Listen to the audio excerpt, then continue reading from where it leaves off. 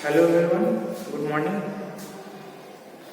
तो जैसा कि लास्ट टाइम जब हमारी क्लास हुई थी तो उसमें हम लोगों ने ऑप्टिक्स यानी कि प्रकाशिकी का जो पहला चैप्टर था उसके बारे में डिस्कस किया था। जैसे आपने टॉपिक तो बहुत सारे थे, लेकिन उसका जो मेन हेडिंग था चैप्टर का वो था reflection of light, spherical mirror, reflection of light. ठीक है, यानी कि प्रकाश का परावर्तन और आपके जो गोलीय दर्पण होते हैं और प्रकाश का अपवर्तन। ठीक है, फिर इसी का जो नेक्स्ट चैप्टर है उसमें एक बहुत ही इंपॉर्टेंट टॉपिक आप लोग को आज सामने मैं लेकर आया हूं इस वीडियो में।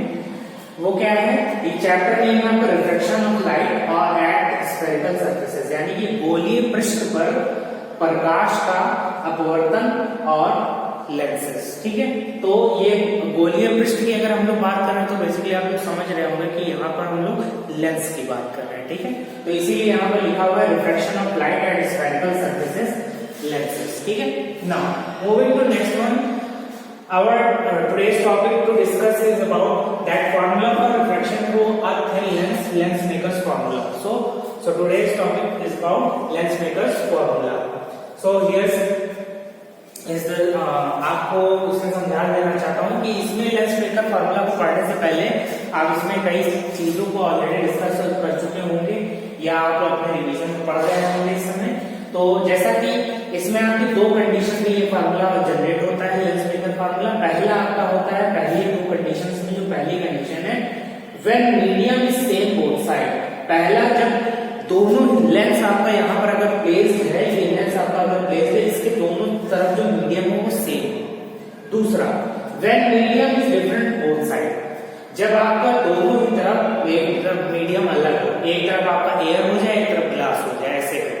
और यहाँ पर क्या कहना है, यहाँ पर दोनों तरफ जब मीडियम सेम हो तो यहाँ पर आपका क्या हो गया, दोनों तरफ मीडियम सेम होने का मतलब कि यहाँ पर दोनों तरफ एयर मौजूद है। ठीक है, या एयर मौजूद है, कुछ भी और मीडियम आप चेंज कर सकते हैं। ठीक है, फिर आपका जो फार्मूला डेरिवेशन में समझाने जा रहा हूँ वो बेसिकली है when medium is same both side. Both side ये जानिए कि दोनों तरफ जब आपकी मीडियम सेम हो उसके लिए फार्मूला डेराइव होगा। तो इसमें पहले ध्यान से सुनिएगा कि इस डायग्राम में क्या क्या दिया हुआ है, और कभी भी नोट्स बनाते समय या कहीं एग्जाम में कहीं पर लिखते समय आप लोग ये ध्यान रखिए कि शॉर्ट में मत लिखिए, नंबर या मार्क्स आपके वहीं पर तुरंत कट जाएंगे। सो प्लीज इस बात को ध्यान रखिए। यहाँ पर तो मैंने इसको एक शॉर्ट फॉर्म में लिख लिया है, लेकिन आप लोग जब भी नोट्स बनाइए, रेगुलरली नोट्स अगर बनाए हैं, अगर बनाए होंगे, ऐसी बात नहीं आप लोगों ने बनाया भी होगा, लेकिन उसमें एक बात ध्यान रखिए कि चीजों को कभी ज्यादा छोटा मत करिए कि हाँ हमने ये कर लिया, ये पहली इक्वेशन आ गई, ये दूसरी आ गई, ये तीसरी आ गई, ये चौथी आ गई और ये फार्मूला आ गया। नहीं, आप जो बेसिकली डायग्राम बनाएंगे आप उसको बारे में बताएंगे कि डायग्राम में बेसिकली आपने क्या क्या लिया है और इसमें कौन सी चीज क्या क्या रिप्रेजेंट कर रही है। ठीक है, तो चलिए इसको शुरू करते हैं। जब बोथ साइड आपके मीडियम सेम हो, यानी कि जब लेंस के दोनों ओर माध्यम समान हो, तब यहाँ पर क्या होता है कि आपका जब दोनों तरफ मीडियम सेम है तो ये आपका एल एक लेंस है जिसकी मोटाई यानी कि जो थिकनेस है, यहाँ पर आप देख सकते हैं, यहाँ पर कहा गया ये, इसकी थिकनेस जो है वो एल है। ठीक, और लेंस का नाम एल कैपिटल एल है। इसका जो अपवर्तनांक है, रिफ्रैक्टिव इंडेक्स है, वो बेसिकली स्मॉल एन है। और जो आपका वक्रता त्रिज्याएं यानी कि रेडियस ऑफ कर्वेचर है वो R1 और R2 है। ठीक है, बेसिक डेफिनेशन में आप जब लेंस संबंधी या गोलीय दर्पण संबंधी परिभाषाएं पढ़ेंगे तो वहां पर वक्रता, त्रिज्या, अपवर्तनांक के बारे में आप लोगों ने पढ़ रखा होगा। ठीक है, फिर आते हैं यहाँ पर इस पूरे डायग्राम को समझ लेते हैं। यहाँ पर ये एल लेंस है, इसकी थिकनेस यहाँ पर एल है, और यहाँ पर इससे यू डिस्टेंस पर ऑब्जेक्ट की जो लेंस से डिस्टेंस है वो यू होती है। तो इस पर आपका ऑब्जेक्ट यहाँ पर ओ पर प्लेस्ड है। फिर यहाँ पर इस लेंस पे जब लाइट पड़ेगी तो वो बेसिकली पहले आपकी इमेज यहाँ पर बनाएंगे आई डैश पर। फिर आई डैश जो है इसी लेंस के दूसरे पृष्ठ के लिए एक आभासी वस्तु का कार्य करेगा। फिर यहाँ पर उसकी दूसरी इमेज यहाँ पर आई फॉर्म होगी। चलिए, फिर उसके बाद इसका जो अपवर्तनांक रिफ्रैक्टिव इंडेक्स है वो एन यहाँ पर दिया है। ठीक है, आगे यहाँ पर अगर हम पोल की बात करें तो पोल आपका यहाँ पर P1 है और यहाँ पर P2 है। ठीक है, फिर आगे आते हैं। फिर यहाँ पर आगे देखिएगा, जब गोलीय पृष्ठ पर अपवर्तन का सूत्र की अगर बात किया है तो वो होता है n/v - v/1/u = n - 1/r। तो आप लोग पहली बात समझ लीजिए, यहाँ पर जो ये ऑब्जेक्ट ओ यानी कि वस्तु ओ रखी है उसके लिए जो पहली इमेज बन रही है वो बेसिकली ये आई डैश है, ठीक है। फिर अब इसके लिए हम लोग इस सूत्र को यूज करेंगे। तो यहाँ पर आप लोग जानते हैं इसका अपूर्णांक n है, तो इसमें तो कोई दिक्कत नहीं होनी चाहिए। फिर यहाँ पर अगर आप इमेज की डिस्टेंस अगर देखें तो ये b डैश है, तो ये आपका b डैश हो जाएगा, ठीक है। फिर उसके बाद ये u है, तो u तो आपको कोई चेंज नहीं होगा। फिर आगे बात करते हैं तो इसका अपूर्णांक n1 है, सॉरी n है, तो यहाँ पर ये n एज इट इज रहेगा, इसमें कोई चेंज नहीं होगा। और ये r, क्योंकि इसकी वक्रता त्रिज्या इसके सापेक्ष जो लेंस के दो पार्ट है, एक इस साइड और एक इस साइड, तो इसके सापेक्ष जो वक्रता त्रिज्या है, रेडियस ऑफ कर्वेचर है, वो r1 है, तो यहाँ पर r1 रखते हैं, ठीक है। फिर आगे समझिएगा, फिर आगे क्या हो रहा है देखिएगा, प्रतिबिंब आई डैश दूसरे पृष्ठ के लिए आभासी वस्तु का कार्य करता है। मैंने अभी आपको शुरू में बताया था कि यहाँ पर जो इस O का जो बेसिकली यहाँ पर इमेज आई डैश बना हुआ है, ये दूसरे लेंस के लिए एक आभासी वस्तु का यानी कि आभासी वस्तु का कार्य करेगा।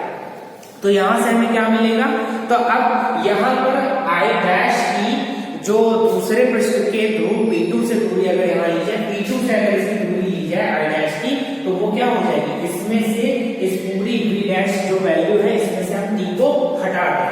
अगर हम इस V डैश में से T को हटा दें तो हमारी बेसिकली ये डिस्टेंस बचेगी, ठीक है। तो अब आगे देखिएगा, तो यहाँ पर आई डैश के दूसरे पृष्ठ के ध्रुव P2 से दूरी V डैश माइनस T होगी, ठीक है। आई डैश की इस दूसरे ध्रुव से दूरी क्या हो जाएगी, वो आपकी हो जाएगी यहाँ पर V डैश और माइनस T, ठीक। फिर आगे देखते हैं, फिर इसमें क्या होगा, यह पृष्ठ आई डैश का अंतिम प्रतिबिंब आई अपने से V दूरी पर बनाता है। अब जब ये इसके लिए एक आभासी वस्तु का कार्य करेगा तो इसका प्रतिबिंब V दूरी पर ये आई बनता है, ठीक है, बात क्लियर है। ये जो है आई डैश इसके लिए एक आभासी वस्तु का कार्य करेगा। जब ये इसके लिए इमेजिनरी ऑब्जेक्ट का काम करेगा तब इसकी जो है डिस्टेंस V पर इसकी जो इमेज आई बनती है। फिर वही फार्मूला जो यहाँ पर गोलीय पृष्ठ के अपवर्तन का सूत्र है उसी को हम फिर से इस्तेमाल करेंगे। और यहाँ पर एक बात आप लोग ध्यान रखिएगा, यहाँ पे जो अपवर्तनांक होगा वो चेंज हो जाएगा, क्योंकि यहाँ पर मीडियम आप चेंज कर रहे हो, ठीक है। बुक में आपके साफ साफ लिखा हुआ है, यहाँ n के स्थान पर 1/n इस कारण लिया गया है क्योंकि अब प्रकाश लेंस से वायु में जा रहा है, ठीक है। तो यहाँ पर इस बात को ध्यान रखिएगा, तो यहाँ पर अपवर्तनांक की जगह पे 1/n हो जाएगा और जो इमेज की डिस्टेंस है वो बेसिकली अब क्या हो जाएगी, v हो जाएगी। और अगर वस्तु की दूरी की बात की है तो मैंने शुरू में समझाया था वो क्या आ जाएगी, v डैश माइनस t। और यहाँ पे अपवर्तनांक का मान 1/n क्यों है मैंने समझा दिया आप लोगों को, क्या, क्योंकि यहाँ पर माध्यम बदल रहा है, मीडियम चेंज हो रहा है, तो अपवर्तनांक का मान 1/n हो जाएगा। और इसके सापेक्ष अगर रेडियस ऑफ कर्वेचर की बात की जाए तो बेसिकली क्या होगी, r2 होगी। इससे आपकी इक्वेशन नंबर 2 डेवलप हो जाएगी। फिर आगे देखिएगा, यहाँ पर आपको क्या करना है, जो आपकी यहाँ पर एक समीकरण आएगा इसको थोड़ा सा सॉल्व करेंगे। तो यहाँ पर अब देखिए कैसे इसको, अब यहाँ पर एक कंडीशन हम लगाने जा रहे हैं, ध्यान से समझिएगा कि पतले लेंस के लिए, जब ये लेंस को पतला लेंस है ना, क्योंकि तो फार्मूले में देखिए यहाँ पर क्या लिखा हुआ है, थिन लेंस। तो यहाँ पर v के सापेक्ष आप इस t के मान को नेग्लेक्ट कर सकते हो, t की वैल्यू को लेफ्ट कर सकते हो, लीव कर सकते हो।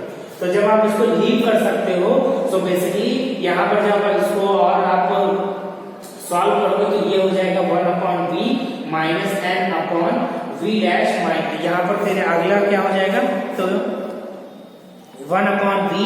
अब इस समीकरण सेकंड को जब आप सॉल्व करेंगे और यहाँ पर t को जब आप छोड़ देंगे तो ये इक्वेशन नंबर 3 आपकी निकल कर आएगी। यहाँ पर कुछ ज्यादा नहीं किया गया, इसको आप पूरा सॉल्व करेंगे तब ये इक्वेशन 3 निकल कर आएगी। और यहाँ पर क्या किया गया, सिर्फ और सिर्फ माइनस को कॉमन ले लिया गया है, ठीक है। फिर आपको क्या करना है, नेक्स्ट स्टेप में इक्वेशन नंबर 1 और इक्वेशन नंबर 3 को ऐड कर देना है। जब इक्वेशन नंबर 1 और इक्वेशन नंबर 3 को ऐड करेंगे तो देखिए इक्वेशन 1 ये आपकी रही और इक्वेशन 3 ये आपकी रही। तो यहाँ पर देखिए कोई टर्म आपका यहाँ पर जब इसको ऐड करेंगे तो ये आपका आ जाएगा 1/v minus 1/v is equal to n minus 1 और इनटू 1/r1 माइनस 1/r2। ये इक्वेशन नंबर 4 हो जाएगा। फिर लास्ट में क्या कंडीशन लगानी है कि यदि वस्तु अनंत पर है तो प्रतिबिंब दूसरे फोकस पर होगा। अब आपको पता है जब वस्तु को अनंत पर रख दिया जाता है तो यहाँ पर जो वस्तु का प्रतिबिंब जो हो जाएगा वो द्वितीय फोकस पर हो जाएगा। तो यहाँ पर देख लीजिए इस कंडीशन को लगाया गया, जब ऑब्जेक्ट अगर आपका इंफिनिटी पर हो जाता है तो यहाँ पर u का मान यानी कि जो ऑब्जेक्ट डिस्टेंस होगी वो इनफाइनाइट हो जाएगी। तो यहाँ पे जो प्रतिबिंब की दूरी हो जाएगी, इमेज डिस्टेंस हो जाएगी, वो v f हो जाएगी। इस इक्वेशन नंबर 4 में सारी वैल्यू को पुट अप कर दीजिए तो वहां पर v f